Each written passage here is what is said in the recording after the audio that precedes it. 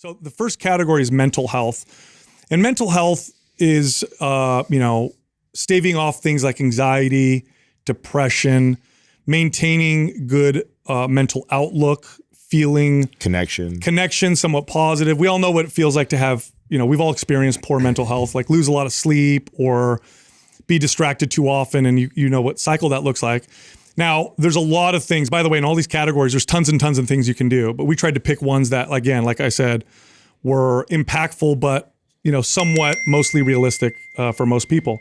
Now, if we look at the modern landscape, I think most people can agree that one of the largest contributors to poor mental health today is social media.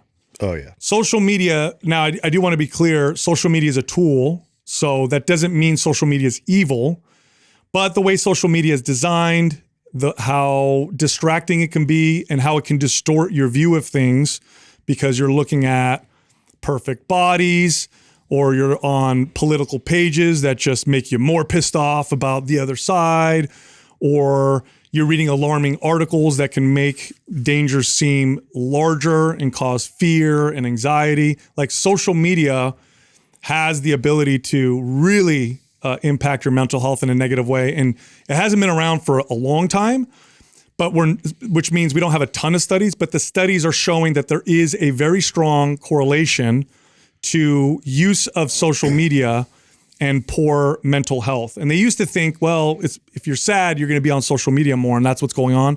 But now we have better studies showing actually, although that also may be true, just being on social media a lot can cause or tends to cause worsening mental health. I think just simply implementing this once a week fast from it is going to bring awareness of that. Like I didn't need anyone to point out, and I don't think either will anybody who does this, right? So if you've never done this before, and then you go, hey, you know what? Like all day on Sunday or Saturday, whatever, pick your day. Mm-hmm. I'm going to completely fast from the internet. I'm going to stay This is my day of no social media. I don't think I need to tell you the benefits that you get from it. I think if you actually just do it, you will see. It's very, very obvious how much more present you are, how much better your connection is with the people that you're around, how productive you feel, how positive your attitude. I mean, the list keeps going on and on. And a good thing to do while you're doing that is to really pay attention when you feel compelled. Yeah, that's what you'll notice. To really kind of reach for it, or you're on your phone making a call, but all of a sudden now it's,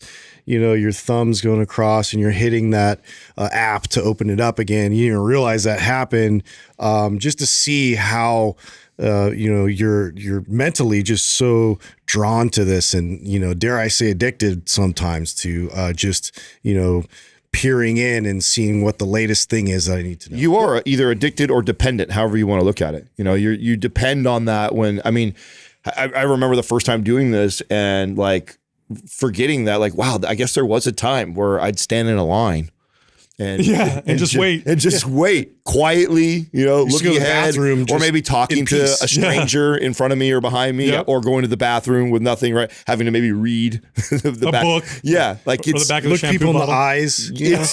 It's wild when you do it, the things that I think it reveals. Well, you said something about awareness with this. So you can know something intellectually and say, yeah, I know I'll feel better. And I know that there's probably negative effects on my mental health. But when you fast from it for a day and you experience it, it's very different. Yeah. Once you experience it, then you can, it's a very strong motivator for awareness. Now you're like, oh, wow, I didn't know. And I'm telling you, I've done this before. It's hard. It makes you far more aware of how you're affected by social media. And the reason why we didn't say, reduce your social media usage throughout the day, or don't do it at this time, or don't do it at that time, is because when you fast for a full 24 hours, what you're going to encounter is you'll notice the benefits, but you mentioned this, Justin, you'll notice very clearly, because it's a full 24 hours, how compelled you are to reach for it. Yeah. And that is a wonderful awareness to bring to yourself, because then you go, I am somewhat addicted to this thing, or it is making me somewhat impulsive. And so you just pick one day a week. And what might help is to plan something during the day. Some people may actually plan to go somewhere where there isn't internet service to help them out. Nature is a great fix for that? I actually have to. I have to leave it somewhere. Yeah, that's what I do. So I have to go plug it in upstairs in my room and just like leave, because if it's near me, I think I know this has happened where I've trained myself so much that subconsciously you just grab it. And like I was using the example of being in line, like you just don't even think about it. You just reach for it and then you grab it. So yeah, and I think that's the idea. So starting off with this one, I think it's less about, what exactly happens in the 1 day fast, and it's more about bringing awareness to it. And then hopefully that promotes better behaviors the rest of the week. Right. Hopefully you become aware of all these things that you do, create and then new disciplines around it. Right. And so now that you have this better awareness, when you self-regulate naturally throughout the week of like, oh wow, I'm going to try and not do it at this time and like cut back on this. And so hopefully that's what this leads to. 100%.